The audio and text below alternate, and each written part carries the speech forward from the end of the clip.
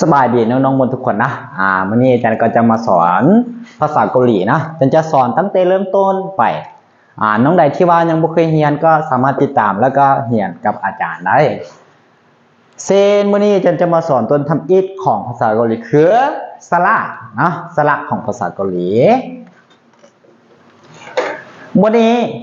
ก่อนอื่นเราต้องรู้ก่อนสระของภาษาเกาหลีมีทั้งหมดแม่น21ตัวนะมีทั้งหมด21ตัว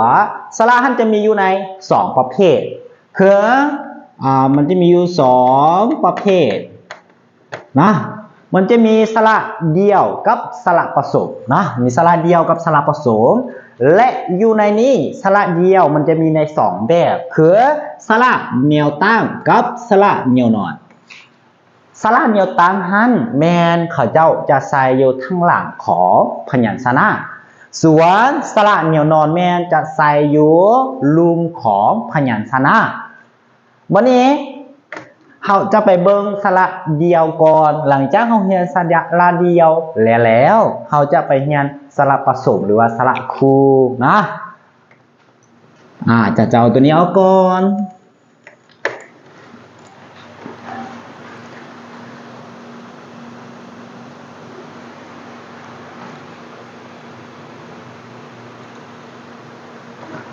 โอเคสำหรับสระภาษาเกาหลีตัวนี้เป็นสระเดียวฝั่งนี้จะเป็นสระแนวตั้งอันนี้จะเป็นสระแนวนอนนะอยู่ในบนนี้เขาไปอ่านสระภาษาเกาหลีนำกันอีอายาอยอืโอโยอูยูอีกทีหนึ่งอีอายาอยอืโอโยอูยูเป็นอะไรยากบ่มันบ่ได้ยากมันบ่ฉะนั้นสระของภาษาเกาหลีเว้าก็คือกับภาษาลาวมันบ่เส้นอีก็คือกับอีเห็นบ่สระอีเห็นบ่ต่อไปเห็นบ่แล้วก็ยาต่อไป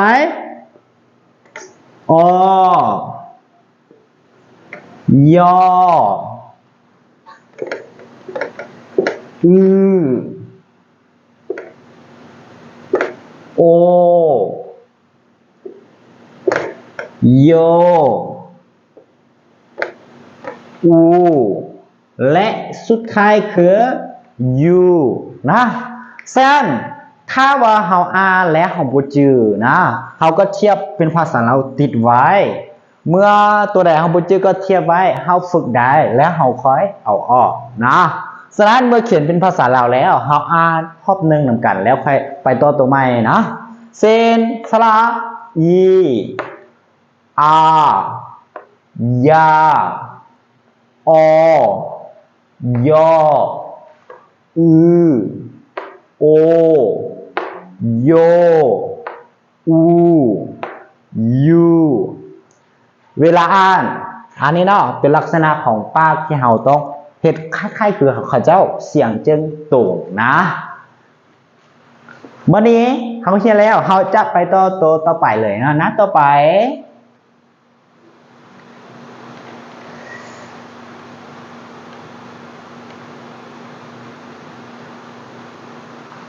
สำหรับตัวต่อไปคือหลักการในการเขียนนะ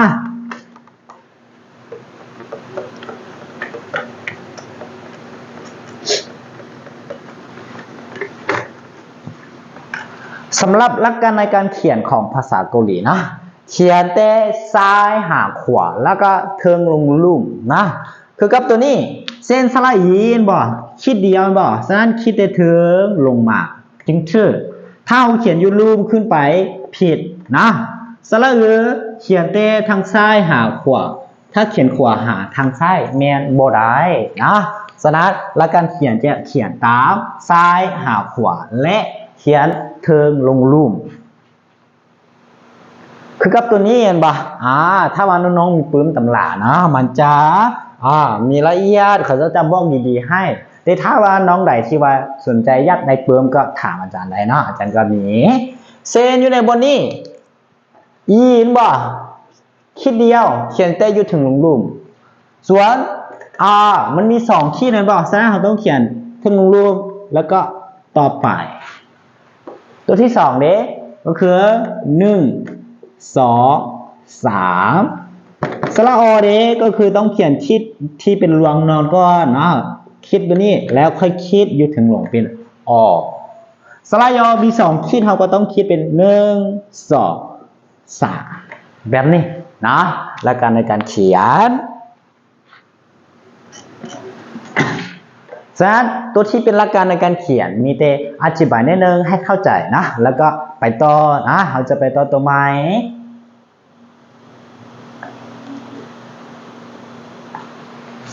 อยู่ในภาษาเกาหลีสำหรับตัวอหรือตัวอีอึงขนานะมันจะบ่มีเสียงอยู่กับสระตัวไหนเราจะออกเสียงเป็นสระตัวนั้นคือเก่าเซนอยู่ในบนนี้ตัวเห็นบ่ตัวไปกับสระมันบอกเฮาก็อ่านว่าไปกับสระโอนะอันนี้เป็นสระแนวตามันบอกอยู่หลักอันนี้เป็นสระแนวนอนอยู่ลุ่มนะฉะนั้นเป็นโอแบบนี้นะ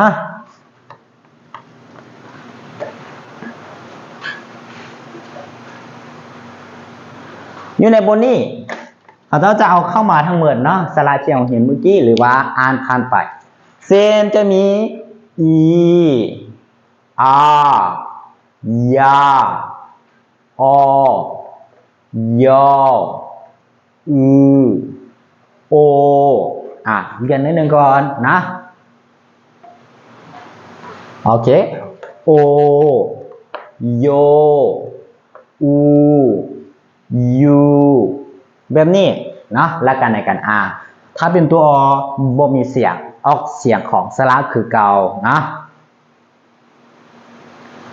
ตัวนี้จะเป็นตัวที่เขาจะว่า잘 듣고 따라하세요นะ잘 듣고 따라하세요อยู่ในนี้เขาจะว่าฟังให้ดีและกรุณาเว้าตามฉะนั้นอยู่ในนี้อาจารย์จะยังบ่ได้เปิดเสียงให้นะอาจารย์จะอ่านให้ฟังเอาเส้นข้อที่1เมโออูข้อที่2โอ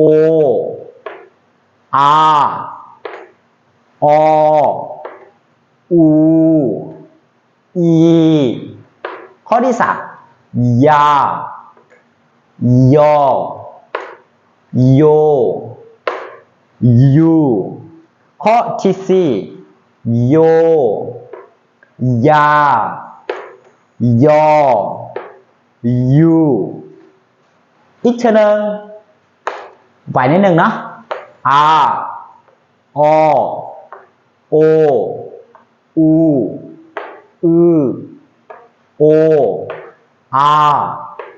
โออูข้อที่3นะยโยยูโยยยูตัวนี้เขาจะเอาให้เขาฝึกนะให้เขาลึงนะให้เขาลึงเสียงว่ามันสลับอยู่บนนี้อ่านก็ออกเสียงคือเก่าแบบนี้นะต่อไปข้อที่2เขาจะว่ามีแต่เขาฝึกอ่านเหมือนกันนะแต่หัวข้อเขาจะว่าฟังให้ดีแล้วเลือกเอาสิ่งหรือว่าข้อที่ถูกต้องให้เขาหมายนะฉะนั้นเมื่อพวกน้องเรียนพื้นฐานใดนิดนึงอาจารย์จะต่อไปตัวย่างนิดนึงแล้วอาจารย์จะเปิดให้พวกน้องหมายทางท้ายทางหลังนะ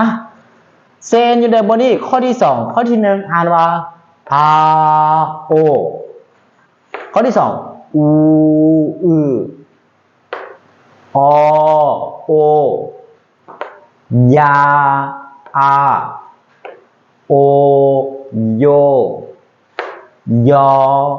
อยูอีกเช่นนึงอาโออูอืออโอยาอาโอโยโอยอยูตัวนี้เป็นหลักการหรือว่าการอ่านที่เราฝึกนะ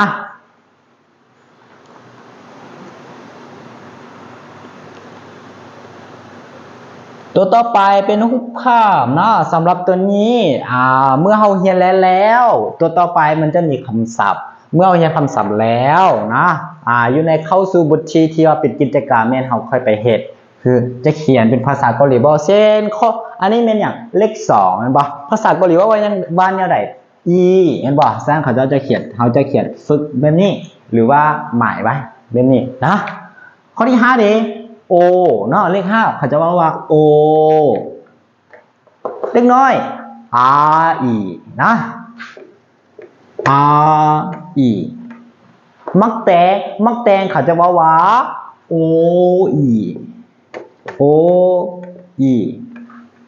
ส่วนกล่องนมหรือว่าน้ำนมเขาจะว่าอูอยู่นะอูอยู่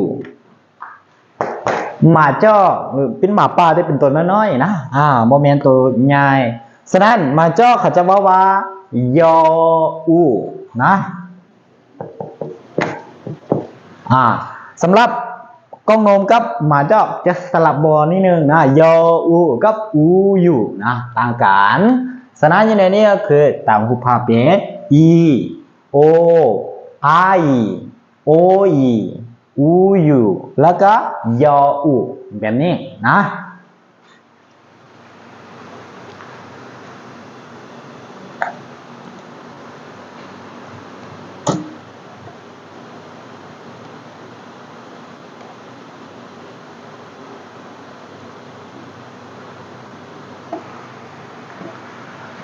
ตัวต่อไปนี้ตัวนี้จะเป็นสระ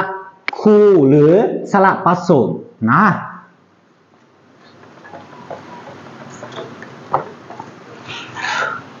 สำหรับสระคู่หรือสระผสมมันจะยั่งน้อยนึงเนาะจะให้เราเจอยั่งน้อยนึง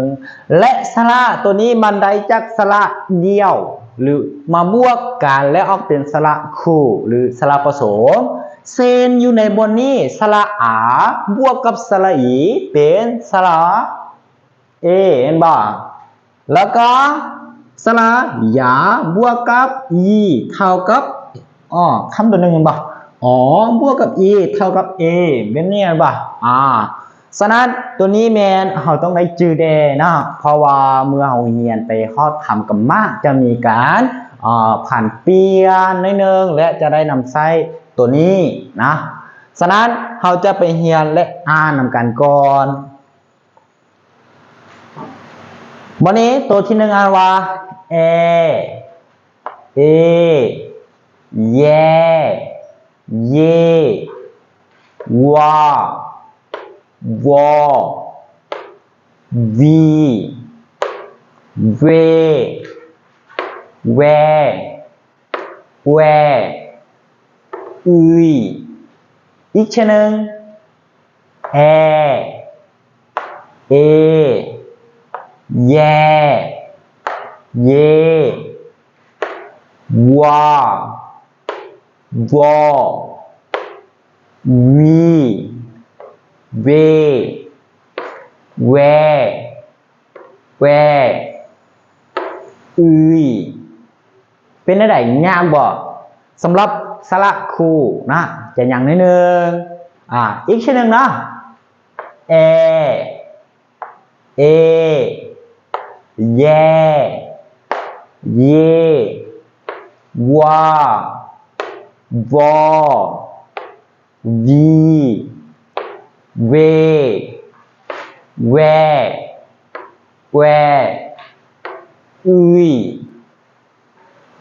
สำหรับตัวนี้เขาก็เทียบเป็นภาษาเราได้คือการเงินบอกเซนสระยัง เห็นบ่เอต่อไปเห็นบ่ต่อไปเย่เห็นบ่แล้วก็เย่เห็นบ่ต่อไปเป็นสระวาแล้วก็สระวอสระวีสระเวสระเวสำหรับตัวนี้นะถ้าว่าเอาเนี่ยนะเราก็เปลี่ยนเป็นเวประมาณนี้สำหรับอูขนาดบนต้องว่าอูเวไว้นะออกเสียงเบาๆนะตัวนี้เป็นเวคือก็มีสระอูในเดียวแล้วก็เวไปเลยเวนะแล้วก็ตัวนี้เป็นนะตัวนี้จะค่อนข้างจะเขียนยากหน่อยนึงโมเมนสระโมเมนสระเป็นรวมเข้ากันเนาะกับแล้วก็ประมาณนี้เห็นปะประมาณนี้ใส่เนาะเป็นนะฉะนั้นสำหรับขยันสระนะสระคู่จะยากกว่าสระเดียวนะฉะนั้นแต่ละคนนะน้องๆต้องตั้งใจเขียนวันนี้เมื่อเขียนแล้วเรามาฝึกอีกทีหนึ่งนะเอเยวววีเวแวอีกทีหนึ่งเอเยวววีเวแวเป็นอะไรยากบ่มันก็มีเป็นภาษาเราไว้นะ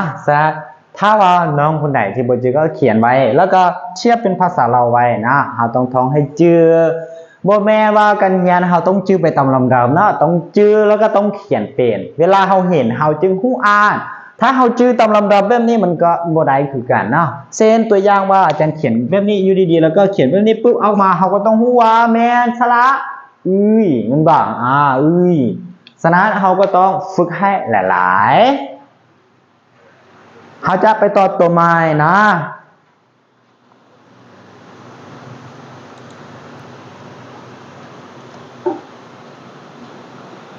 สำหรับตัวต่อไปนะ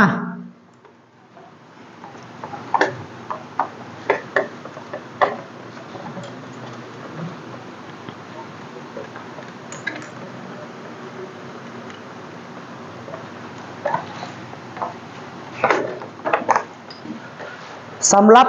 หลักการในการเขียนคือกับสระเดียวนะซ้ายหาขวาและเทิงลงลุ่มนะ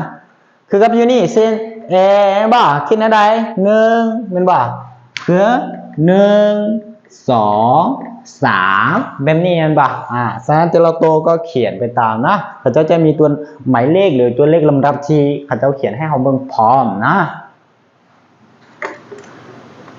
แล้วกันในการเขียนจะมีตัวอธิบายสั้นๆนะ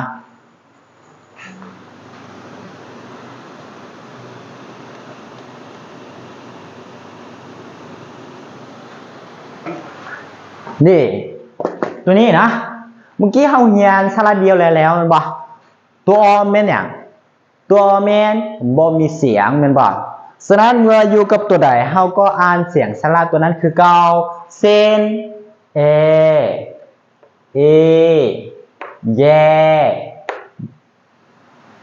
โอ้อาจารย์ขั้นตัวหนึ่งนะมันหายอยู่เชิงคือเอแยววต่อไป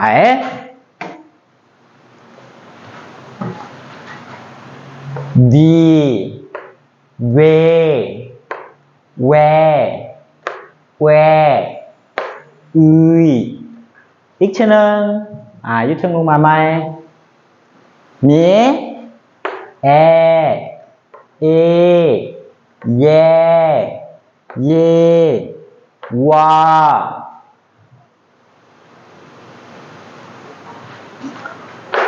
วอวีเวแวแวอุ้ยนะตัวนี้เป็นตัวที่บ่มีเสียง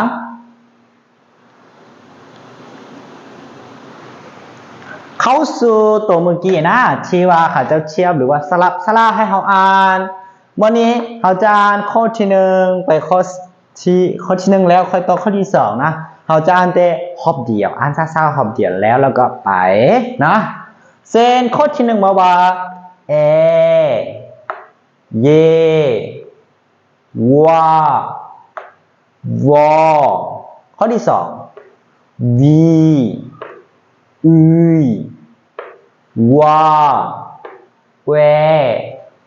ข้อที่สามวอเอเยอุยเววอเอเยต่อไปข้อที่สองนะต่อไปเลยข้อที่สองข้อที่หนึ่งว่าเอเยแววอวีอุยวาแวโอเคตัวนี้เป็นตัวฝึกสอบนะฝึกสอบฉะนั้นแต่ละคนก็อ่านให้หลายๆนะ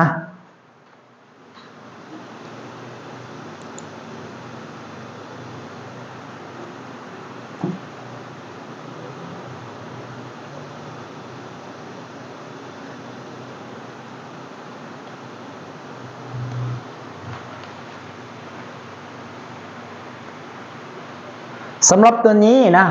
มีให้เราฟังอ่านอีกทีหนึ่งคือเมื่อกี้เราไปแล้วอันบ่แล้วก็วัววีเยเยนะยออูเออุยเวโออีอูอยู่อีกเช่นหนึ่งอีเยวัววียออูเออุยเวโออีอูอยู่